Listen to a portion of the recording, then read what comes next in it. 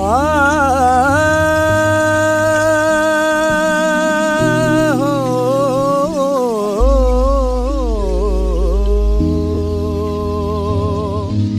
गलिया फिरे भटक तो अड़िया गलिया फिरे भटक तो राम अछो गड़ा में पोयो जमारो माया जाल में खोयो रे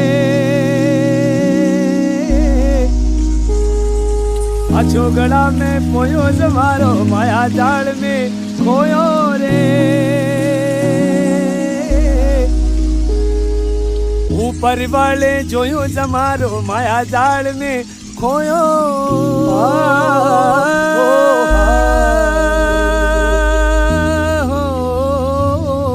अड़िया गलिया फिरे भटक तो अड़िया गलिया फिरे भटक तो राम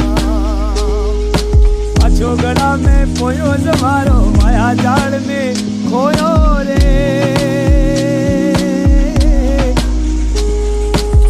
परिवारी जोयो जमारो। नमस्कार, आज हम कक्षा 10 के बच्चे आपके सामने एक प्रहसन प्रस्तुत करने जा रहे हैं। पाठ हरिहर काका पर। हरिहर काका एक वृद्ध व्यक्ति हैं जो अपने जीवन का अंतिम भाग बेबसी और लाचारी में बिता रहे हैं। यह पाठ एक गांव में स्थित है। यह कस्बाई शहर आरा से 40 किलोमीटर की दूरी पर होगा। इस गांव में 3 प्रमुख स्थल है। पश्चिम किनारे में एक बड़ा सा तालाब, मध्य में एक बरगद का पुराना वृक्ष और पूरब में ठाकुर जी का मंदिर, जिसे गांव के लोग ठाकुरबाड़ी के नाम से जानते हैं। ये है हरिहर काका। हरिहर काका 4 भाई हैं, जिनमें से 4 की शादियां हो चुकी है और हरिहर काका को छोड़कर सभी के बाल बच्चे हैं। औलाद की प्रतीक्षा में हरिहर काका ने 2 शादियां करी, लेकिन बिना बच्चा जन्मे उनकी दोनों पत्नियां स्वर्ग सिधार गई। लोगों ने उन्हें तीसरी शादी करने की सलाह दी, लेकिन धार्मिक संस्कारों और अपनी बढ़ती उम्र के कारण उन्होंने इनकार कर दिया। हरिहर काका के परिवार के पास 60 बीघे जमीन थी, जिनमें से हर भाई का हिस्सा था 15 बीघे जमीन।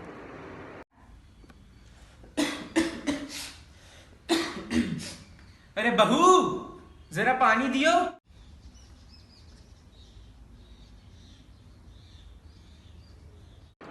हरिहर काका के भाइयों ने अपनी पत्नियों को ये सीख दी थी कि हरिहर काका कुछ समय पे नाश्ता पानी देते रहें, उनको कोई तकलीफ ना हो।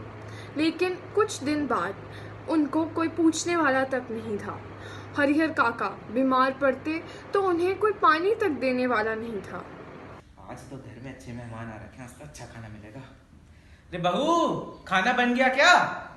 ले आओ जल्दी। ये ले बुढ़ाओ खाना। मेहमानों के लिए इतना अच्छा अच्छा स्वादिष्ट खाना और मेरे लिए फिर से रोटी दाल, ये क्या है ये? उनकी पत्नियां मर गई, हमसे काम करवाता रहता है।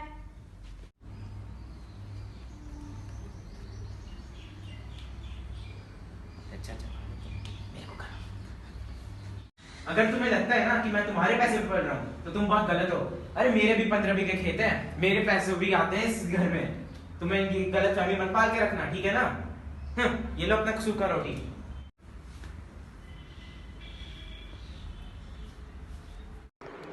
ये है ठाकुरबाड़ी के महंत, जो कि टीका तिलक लगाकर और राम नामी चादर ओढ़े हरिहर काका को बहला फुसलाकर उनकी 15 बीघे जमीन ठाकुरबाड़ी के नाम करवाना चाहते हैं।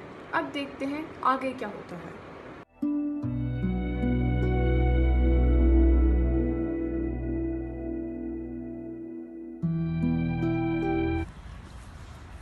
नमस्ते हरिहर काका, बड़ी चिंता में लग रहे हो। नमस्ते महंत, नमस्ते। क्या घर में बताऊं? बहुत अनबन हो गई है। क्या बताऊं महंत, बहू बहुत अत्याचार कर रही हैं। मेहमान आते हैं, उनको अच्छा अच्छा खाना दे देती है, मेरे को वही सूखी रोटी दाल। ऊब चुका हूं इस व्यवहार से मैं। चिंता मत करो, तुम धार्मिक आदमी हो, आओ ठाकुरबाड़ी चलो। हरिहर, तुम पानी पियो, मैं उन जैसा नहीं हूँ। आओ मैं तुम्हारी सेवा कर दूँ, तुम बहुत थके हुए हो। हरिहर, इस दुनिया में कोई किसी का सगा नहीं है, ये सब मोह माया है और तुम तो धार्मिक किस्म के आदमी हो। हरिहर, मुझे तो ये समझ नहीं आ रहा कि तुम इस चक्कर में कैसे फंस गए। ईश्वर में दिमाग लगाओ, ईश्वर के सिवाय कोई तुम्हारा अपना नहीं है। बेटा, पत्नी, बहू सब स्वार्थ के साथी हैं। हरिहर, तुम्हारे जो 15 बीघे के खेत है उसी के कारण वह तुम्हें अपने साथ रखते हैं, परंतु तुम्हारा खून का रिश्ता समाप्त हो जाएगा। जैसे ही हरिहर काका के भाई खेतों से घर पहुंचते हैं तो उनकी बीवियां उन्हें यह बताती हैं कि हरिहर काका के साथ क्या हुआ। तो वह भागे भागे महंत के पास ठाकुरबाड़ी जाते हैं हरिहर काका को वापस ले। शर्म नहीं आती? हमारे भाई के साथ ऐसा अत्याचार कर रही हो। 2 समय की रोटी नहीं दे सकते हो उन्हें। तुम्हें ये नहीं पता 15 बीघे खेत हमारे हाथ से निकल गए तो क्या होगा? माफ कीजिए, अगली बार ऐसा नहीं होगा। तो वह भागे भागे महंत के पास ठाकुरबाड़ी जाते हैं हरिहर काका को वापस लेने। अरे जल्दी जल्दी चल, हरिहर काका को ले आते हैं, नहीं तो महंत क्या पता भिला फुसला के हमारी 15 बीघे खेत ले। जल्दी, बिल्कुल सही। हरिहर भाई यहाँ क्या कर रहे हो? चलो, इतना गुस्सा ठीक नहीं है। हम आपको सर आंखों पर रखेंगे। उन औरतों से गलती हो गई भाई, माफ कर दो। चलो हरिहर भाई, अब चलो। देखो, अब मैं नहीं आ रहा, मुझे बहुत सदमा लगा। और देखा नहीं महंत ने कितने अच्छे से खातिरदारी की है। हरिहर काका के भाइयों ने उन्हें बहुत मनाने की कोशिश करी मगर वे नहीं माने। अगली सुबह हरिहर काका के भाई फिर ठाकुरबाड़ी आते हैं और उनको बोलते हैं कि वह घर आ जाएं और उनकी पत्नियां अब उनका ध्यान रखेंगी और उनसे एक गलती हो गई थी। और उसी समय हरिहर काका घर वापस लौट जाते हैं।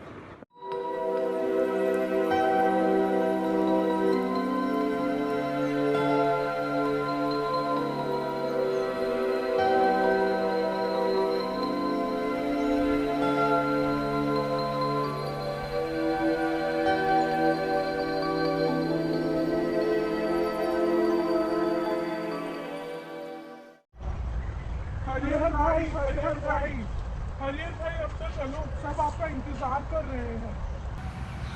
ठीक है, चलो भाई।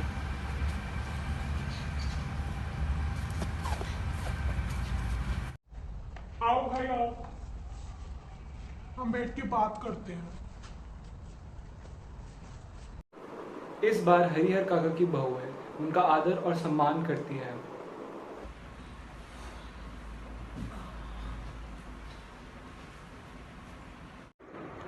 एक रात महंत स्वयं कुछ लोगों के साथ आकर हरिहर काका के दालान में घुसकर उन्हें वहां से अगवा कर ले गए और हरिहर काका के भाइयों को पुलिस को बुलाना पड़ा।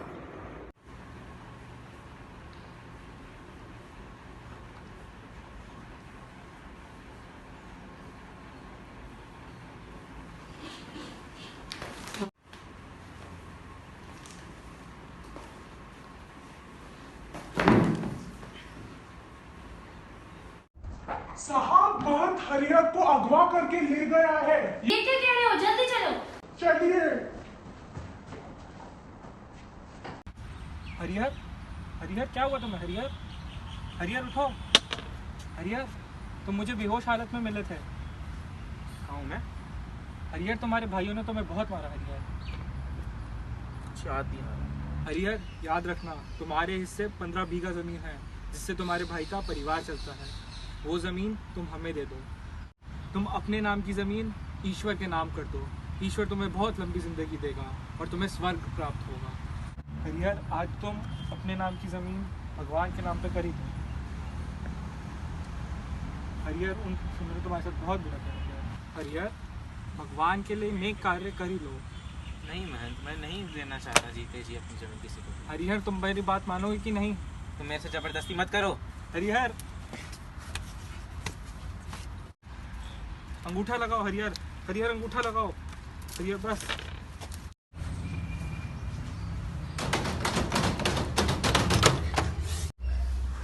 ए पंडित, हरिहर काका कहाँ है?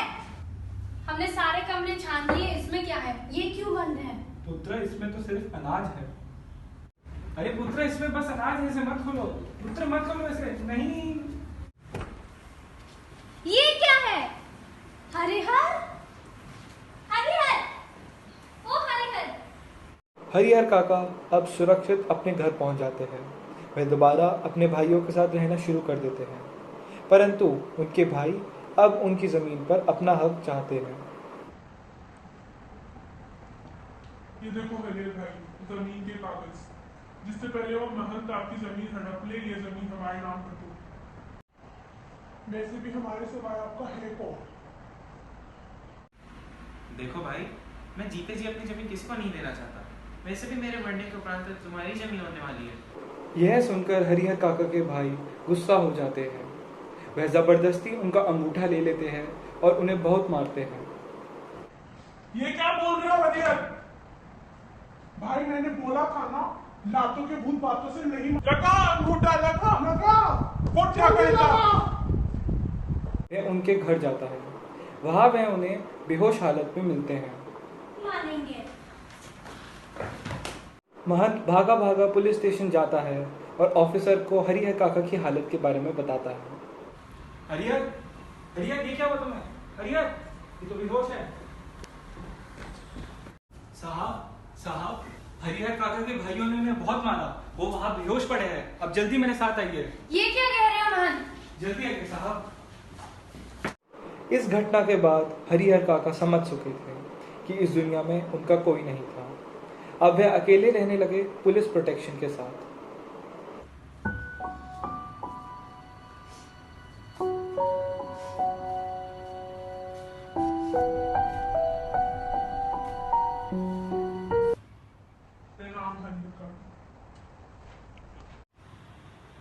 प्रणाम हरिहर काका।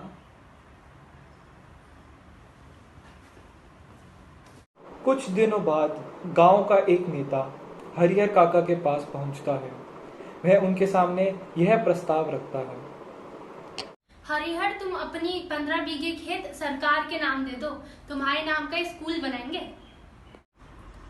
नहीं मिनिस्टर साहब, मैं नहीं करूँगा ये। गांव के नेताजी को भी हरिहर काका ने मना कर दिया। हरिहर काका का पूरी दुनिया से विश्वास उठ गया था। वह अब किसी को भी अपने 15 बीघे खेत का उत्तराधिकारी नहीं मानते थे। अब वह ऐसी हालत में पहुंच गए थे कि वह कुछ बोल भी नहीं पाते थे। वह पूरा दिन बस छत और आकाश को देखते हुए पता नहीं क्या सोचते रहते। गांव के लोग भी उस दिन का इंतजार कर रहे थे जब हरिहर काका स्वर्ग सुधार जाएं और महंत और भाइयों की 15 बीघे जमीन के लिए लड़ाई हो।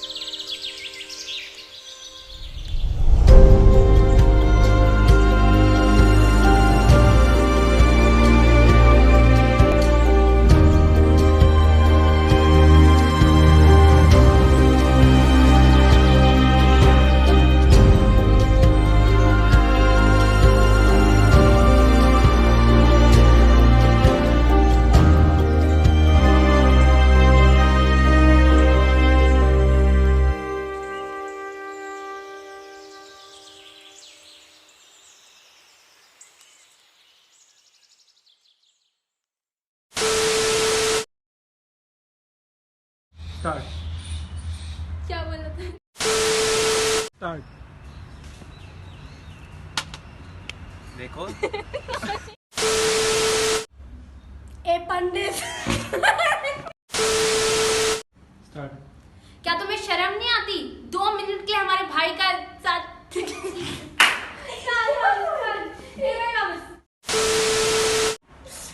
बेहोशी की एक्टिंग। हाँ, अभी लगेगा।